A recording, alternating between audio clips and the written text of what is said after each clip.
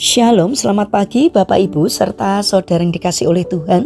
Kiranya berkat, damai sejahtera dan sukacita dari Tuhan Yesus Kristus senantiasa menyertai kita sekalian.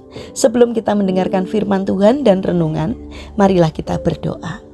Tuhan Allah Bapa yang Maha Baik, kami sungguh bersyukur atas kebaikan dan kemurahan-Mu, karena Engkau Tuhan yang selalu melindungi dan memberikan pertolongan dalam kehidupan kami. Jika saat ini kami akan mendengarkan firman-Mu, kami memohon Tuhan mengurapi kami dengan Roh Kudus-Mu, agar kami dapat mengerti dan memahami apa yang Tuhan sampaikan kepada kami. Dan biarlah firman-Mu selalu membimbing kami di dalam kami menjalani kehidupan ini. Mampukan kami untuk mentaati firman-Mu, ya Tuhan. Terima kasih Bapa. Kami sambut berkat firman-Mu di dalam nama Tuhan Yesus Kristus. Amin. Bapak Ibu serta saudara yang terkasih, bacaan firman Tuhan saat ini diambil dari TB 2, Kitab Amsal pasal 28 ayat 27. Demikianlah sabda Tuhan. Siapa memberi kepada orang miskin tak akan berkekurangan, tetapi orang yang menutup matanya akan sangat dikutuki. Tema renungan saat ini adalah menjadi perpanjangan tangan kasih Tuhan.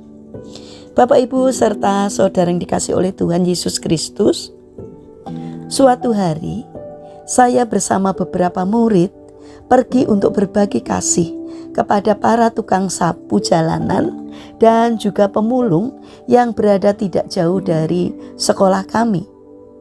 Saat kami menghampiri seorang kakek pemulung yang duduk di pinggir jalan bersama dengan gerobaknya, seorang murid saya menyerahkan satu paket sembako sambil berkata lembut, "Tuhan memberkati ya kek." Seketika wajah kakek itu bersinar dengan sukacita. Air matanya menetes dan dengan suara gemetar ia mengucapkan terima kasih. Dalam momen sederhana itu, kami semua merasakan kehadiran Tuhan yang bekerja melalui tindakan kasih kecil tersebut. Kakek itu mungkin tampak sebagai orang biasa, bahkan mungkin diabaikan oleh banyak orang. Tetapi di mata Tuhan, ia adalah pribadi yang sangat berharga. Ia adalah objek kasih yang Tuhan percayakan kepada kita untuk dijangkau dengan tangan dan hati yang penuh kasih. Tuhan Yesus sendiri memberikan teladan nyata di dalam hal ini. Ketika ia berjalan keluar dari kota Jeriko, ada seorang buta yang duduk di pinggir jalan berseru, "Yesus anak Daud, kasihanilah aku." Markus 10 ayat 46 sampai 52. Banyak orang mungkin menganggap orang buta itu mengganggu, tetapi Yesus berhenti, mendengarkan dan menghampirinya. Dengan belas kasihan, Yesus menjamah matanya dan memulihkan penglihatannya. Inilah kasih yang tidak hanya diucapkan, tetapi diwujudkan melalui tindakan. Bapak Ibu serta saudara yang terkasih, di sekitar kita sebenarnya banyak objek kasih, seperti kakek pemulung dan juga orang buta di Jeriko. Mereka mungkin adalah tetangga yang kesulitan membeli beras, teman sekolah yang tak mampu membayar uang SPP, atau anak yang haus perhatian karena orang tuanya sibuk bekerja. Bisa juga mereka adalah orang tua yang jarang kita kunjungi, padahal mereka merindukan anak-anaknya, sekedar mendengar suara anaknya. Seringkali kita menutup mata terhadap mereka dengan alasan sibuk atau merasa tidak mampu untuk menolong. Namun firman Tuhan mengingatkan bahwa ketika kita menutup mata terhadap penderitaan sesama, kita sedang kehilangan kesempatan untuk menjadi saluran berkat Tuhan.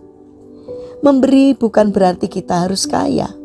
Memberi berarti kita rela berbagi apa yang kita miliki, baik waktu, perhatian, tenaga, maupun materi untuk menolong orang yang membutuhkan.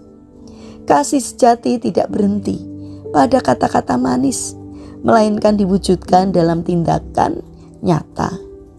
Tuhan menempatkan kita di tengah dunia ini bukan tanpa tujuan. Ia ingin kita menjadi perpanjangan tangannya, membawa pengharapan bagi yang putus asa, sukacita bagi yang berduka, dan terang bagi yang hidup dalam kegelapan.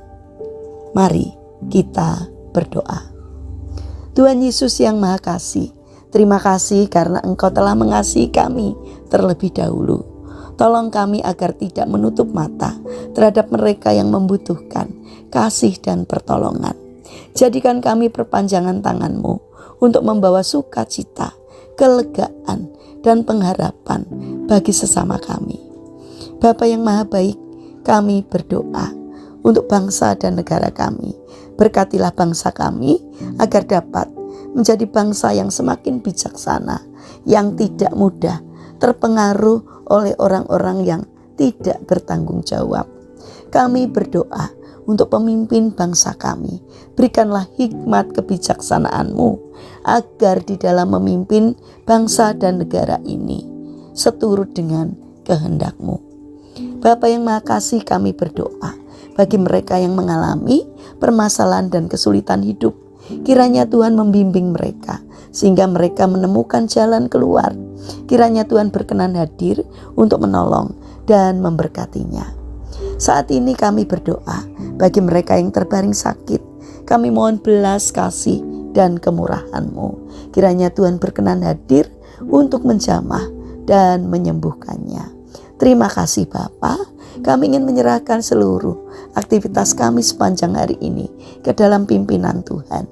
Kami memohon Tuhan yang menyertai, Tuhan yang menolong dan memberkati, sehingga apapun yang boleh kami kerjakan dapat mendatangkan berkat dan sukacita, tidak hanya bagi diri kami, namun juga bagi sesama kami. Terima kasih Tuhan. Kami serahkan seluruh doa dan permohonan kami hanya kepada Allah yang hidup, yang kami kenal di dalam nama Tuhan Yesus Kristus. Amin. Puji Tuhan Bapak Ibu serta saudara yang terkasih, kiranya firman Tuhan dan renungan hari ini dapat menjadi berkat bagi kita semua. Haleluya.